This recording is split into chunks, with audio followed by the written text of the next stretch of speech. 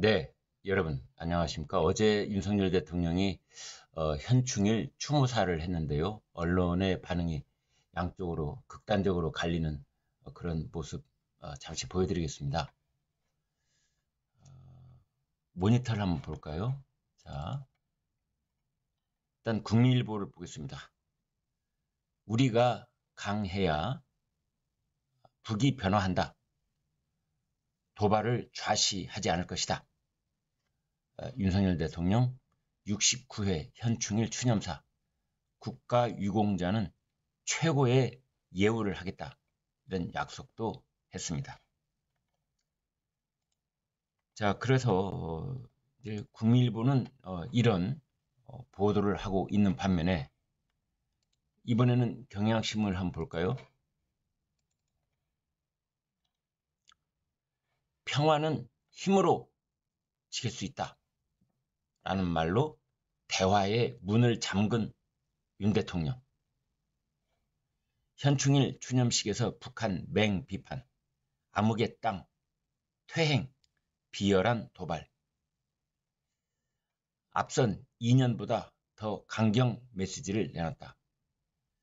대북 이슈로 지지율 만회를 시도하려는 그런 의도를 지닌 것 아니냐. 이제 이런 보도를 했는데 이와 반대로 아무튼 지금 조금 전에 보여드린 국민일보는 우리가 강해야 북한이 변화한다. 다른 방법이 없다. 과거 예를 보면은 항상 그래왔습니다. 북한을 포함한 공산주의자들은 상대가 강할 때 꼬리를 내리고 대화의 테이블로 나옵니다. 상대가 약하고 만만해 보이고 얼치기 평화주의자들이 집권하고 있을 때는 절대 변하지 않습니다. 두고 보십시오. 앞으로 북한도 가령 비핵화에 관한 어떤 긍정적인 움직임을 보이기 시작할 때는 우리가 북한보다 여러 가지 그 무력에 있어서 몇 배, 10배 이상 강해질 때 그때 북한에서 비핵화 협상 테이블로 나올 거라고 저는 믿습니다. 어제 이제 이 사진 보여드리겠습니다. 추념식 사진인데요. 윤석열 대통령 부부가 함께 있는 모습 볼 수 있습니다. 그래서 김건희 여사가 이제는 뭐 그동안에도 대외 활동을 이제 공식적으로 쭉 이어오고 있는데 추념식에 부부가 함께 서 있는 모습 보면서 드디어 이제 김건희 여사가 지금 뭐 특검 국면 도이치모터스 그다음에 뭐 명품 샤넬백 이런 그 야권의 공세에 정면 돌파의 입장을 이 부부가 가지고 있는 것이구나 이렇게 볼 수 있겠습니다.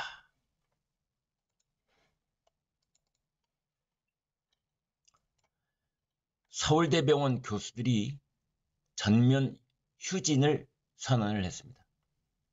17일부터 그러니까 다다음 주 월요일부터 외래 진료, 수술 무기한 중단한다. 이렇게 발표를 했습니다. 전공의 사태 해결 조치 없으면 이렇게 돌입하겠다. 정부를 협박하고 환자를 위협하고 이런 발언과 발표를 서슴지 않고 있는 서울대병원 교수들. 도대체 누구를 위한 교수고 어느 나라 국민이고 의사들 맞느냐? 이런 그 규탄의 목소리가 환자 단체들로부터 터져나오고 있습니다. 이런 상황 여기까지 말씀을 드리겠습니다. 네, 그래서 서울대 병원의 의사들, 교수들 이런 움직임에 대해서 이제 반응이 매우 날카롭고 싸늘한데요. 뭐 분노의 목소리도 있고 그렇습니다. 서울대병원 17일부터 뭐 휴진하겠다. 뭐 이대로 될지 또 다른 변화가 있을지 모르겠습니다만 환자 저버리는 공공의료기관 이런 제목이 나와 있습니다. 전공의의 행정처분 완전 철회 요구. 지금 정부에서는 뭐 전공의에 대한 행정처분 이게 만사가 이게 만능이 아니다 이런 생각을 하고 있습니다.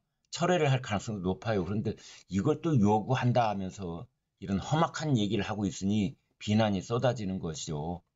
국립대 병원장 긴급대책회의, 의료 공백 또다시 불거질까 우려.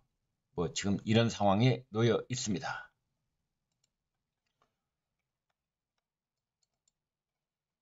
그다음에 이제 그 언론중재법 민주당이 개정안을 발의를 했는데 민주당에서 꺼낸 언론중재법을 보니 권력자를 감시하는 그 언론이 권력자를 감시할 수 있는 그 기능과 거기에 대한 보호막 이 조항을 빼버렸습니다. 그래서 도대체 언론에게 권력을 감시하지 말라는 말이냐 뭐 이런 말까지 나오고 있습니다. 정청래 의원이 내놨는데 징벌적 손해배상 이 법안 논란이다. 권력자의 보도를 막아서 언론 자유를 유축하는 거 아니냐 이제 이런 비판이 나오고 있는데 21대 국회에서 논의했었던 그 결과보다도 후퇴를 하고 있다. 후퇴를 하고 있다. 이제 그런 내용인데요. 그 내용 살펴보면 이렇습니다. 정무직 공무원과 후보자 등의 공익 침해 행위와 관련한 언론 보도 등에는 징벌적 손해배상을 적용하지 않도록 한다라는 조항이 있었거든요. 그러니까 이 선출직, 정무직이라고 하는 것은 선출직을 말합니다. 또는 선출직 그 최고위급 공무원과 함께 그 이제 정부에 들어온 그 이른바 어쩌다 공무원, 어공, 늘 공무원, 늘공. 그러니까 처음부터 공무원 시험을 쳐가지고 공무원이 돼서 평생을 공무원으로 살아온 사람들 말고 이제 선거가 끝난 다음에 선출직 공무원과 함께 이제 정부에 들어와서 일을 하고 있는 그리고 그 선출직 공무원이 정부를 떠날 때 함께 떠나는 이제 그러니까 이건 절반쯤은 정치인인 이제 정무직 공무원들에 대한 언론 보도에 대해서는 징벌적 손해배상 이거 적용되지 않도록 해야 되는 것 아니냐. 그래야 선출직 공무원을 언론이 좀 더 적극적으로 비판하고 보도할 수 있는 것 아니냐. 이제 그런 취지가 있었는데 그걸 빼버렸다는 겁니다. 그래서 권력을 감시하지 말라는 거냐. 권력을 감시할 수 있는 보호막을 뺐다. 뭐 이런 비판이 나오고 있는 겁니다. 다음 보겠습니다. 세수 펑크 더 키우는 포퓰리즘 공약. 총선용 100조 돈 풀기가 현실화됨에 따라서 지금 윤석열 정부의 세수 펑크가 더 사이즈가 커지고 있다. 지난 총선 때 여당에서는 최소 50조 원이 들어가는 철도 지하화를 협의하고 있고 야당에서는 13조가 예상되는 민생 지원금을 추진한다고 되어 있는데 구체적인 재원안 없어 재정 부담만 커지고 있다. 정부가 타당성을 조사해서 재검토해야 되는 것 아니냐 이런 얘기가 나오고 있습니다. 다음 동아일보 보겠습니다. 북쪽에서는 남쪽에 대해서 오물풍선 내려보내겠다 하고 있고 남쪽에서는 북쪽으로 대북전단이 올라가고 있고 벼랑 끝 남북 아니냐. 벼랑 끝 남북. 탈북민 단체 대북전단 20만 장 살포. 그리고 우리 군은 북한이 오물풍선으로 반격할 때는 즉각 확성기를 설치하고 방송도 하겠다. 지금 그러고 있지 않습니까? 그래서 한반도 군사적 긴장 수위가 높아졌다. 그런데 윤석열 대통령은 어제 현충일 추념사에서 북한의 비열한 도발 결코 좌시하지 않겠다. 비열한 도발은 최근에 그 오물풍선을 지칭하는 것이죠. 그다음 보겠습니다. 손 내민 러시아 푸틴 대통령 한러 관계 회복 준비.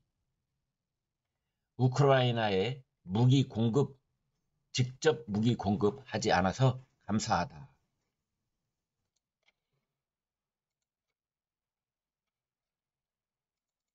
네. 그래서 이제 공개적으로 푸틴이 한국을 향해서 우호적인 태도를 보였다. 이런 내용입니다. 블라디미르 푸틴 러시아 대통령이 우크라이나에 무기를 직접 지원하지 않은 한국에 대해 대단히 감사하게 생각한다. Highly appreciate 라면서 한러 관계를 회복할 준비가 돼 있다고 밝혔습니다. 푸틴이 이렇게 영어 표현을 직접 썼다는 건 아니고요. 이제 그 푸틴은 러시아 말로 인터뷰를 하는 중에 이런 같은 뜻의 발언을 했는데 그걸 영어로 번역을 해서 이제 외신이 전하는 그 표현이 highly appreciate 이렇게 돼 있다라는 뜻입니다. 러시아 우크라이나 전쟁 및 북한 러시아의 군사 협력 등으로 얼어붙은 한러 양국 관계에 푸틴 대통령이 공개적으로 우호적인 태도를 보인 것이다. 집권 5기가 시작된 지 한 달이 지난 푸틴 대통령은 러시아 상트페테르부르크 국제경제포럼 개막을 앞두고 주요 외국 통신사들과 만난 자리에서 현재 지정학적 여건 속에서 한러 관계를 어떻게 관리할 것인가 라는 질문에 대해 한국 정부와 일을 할 때 어떠한 러시아 혐오적 러소포빅 태도도 보지 못한다면서 그런 대답을 했습니다. 푸틴이 말하기를 한국은 분쟁 지역에 어떠한 무기 공급도 없다.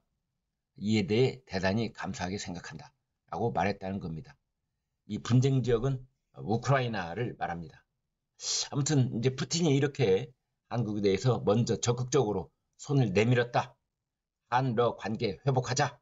이제 이런 말을 꺼내고 있는 겁니다. 이에 대해서 푸틴은 그 북한의 러시아에 대한 무기 공급 이 문제에 대해서 앞으로 어떻게 할 것인지 거기에 대한 대답도 내놓아야 되는 거 아니냐 이런 비판도 있습니다.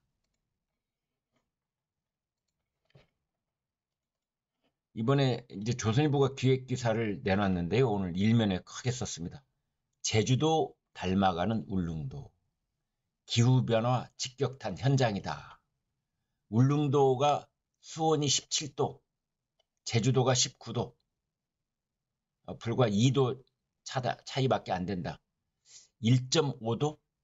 그 차이밖에 안 되네요. 무더운 남부지방 날씨를 울릉도가 따라가고 있다. 그래서 오징어가 줄고 온대성 방어가 급증하고 있다. 울릉도를 상징하는 눈 많은 겨울은 옛말이 됐다. 그래서 사진 보시면은 이제 왼쪽이 오징어고 오른쪽이 방어입니다. 이제 20년 전과 지금을 비교를 해보면 오징어는 20년 전에는 23만 톤이 잡혔는데 울릉도 해역에서요.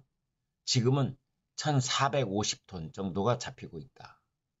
반대로 방어는 20년 전에는 420톤 정도가 잡혔는데 지금은 4,180톤 정도가 잡히고 있다. 방어는 10배쯤 늘어났고 뭐 오징어는 아이고 이건 뭐 23만 톤이 1,400톤이 됐으니까 10분의 1, 20분의 1, 100분의 1 뭐 이렇게 줄었다. 이렇게 볼 수 있겠습니다. 울릉도만 그런 것이 아니라 이런 기후변화로 인해서 세계 경제의 최대 복병이 되고 있다. 오렌지 주스, 코코아 값 급등하고 있다. 이상 고온의 물가 비상. 이런 것들이 기후플레이션이다.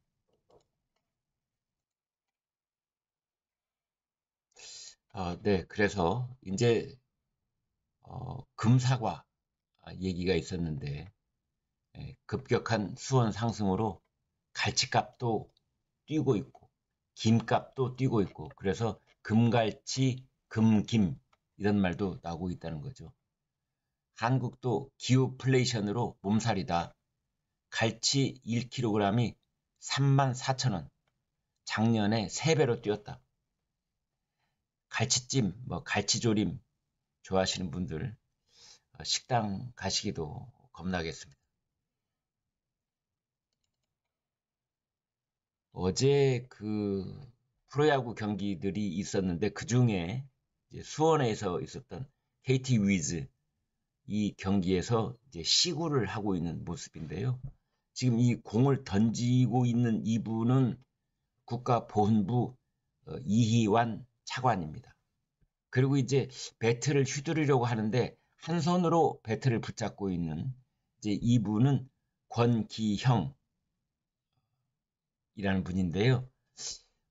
이분 두 분 다 제2연평해전의 영웅들입니다.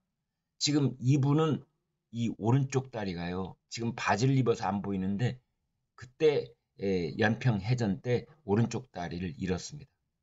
그리고 지금 배트를 붙잡고 있는 이 분은 왼손 보이시겠지만 왼손가락이 절단이 되어 있는 상태입니다. 그런데 이 연평해전의 영웅들께서 어제 프로야구 시구를 하고 있는 모습입니다. 한 다리로 공 던지고 한 팔로 배트를 휘두르고 이런 모습을 보면서 찐한 감동을 맛본 저희 시청자들이 많으실 겁니다.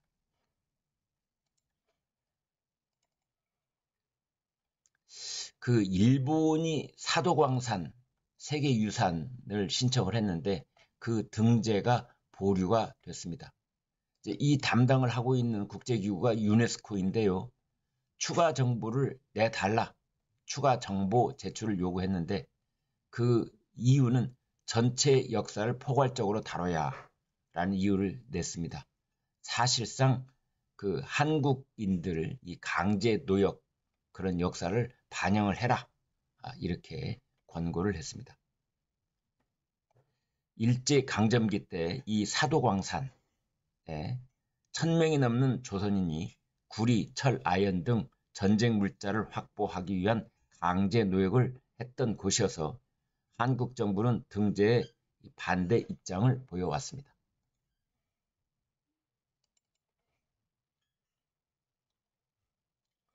매일경제, 식당, 카페, 코로나 때만큼이나 망했다. 서울에서만 1분기에 5,922곳 폐업했다 이런 거죠. 4년 만에 4%를 찍었다. 고물가, 고금리로 소비가 위축되고 영세 자영업자들 생계에 직격탄 이런 기사를 실었습니다. 중국에서 값싼 보급형 전기차가 곧 우리 한국에 이제 시판될 것이다 이런 겁니다. 비아디라고 해서요. 세계 전기차 1위 생산업체입니다. 중국 비아디 연내에 한국에 상륙한다. 대상 차종이 돌핀, 실 이런 것들인데 돌핀은 2천만 원이 안 됩니다. 이런 보급형 중국 전기 승용차가 한국에 출격을 한다. 지금 정부가 인증심사하고 있는 중이다. 이런 내용입니다. 네, 여러분 구독, 좋아요 부탁합니다. 고맙습니다.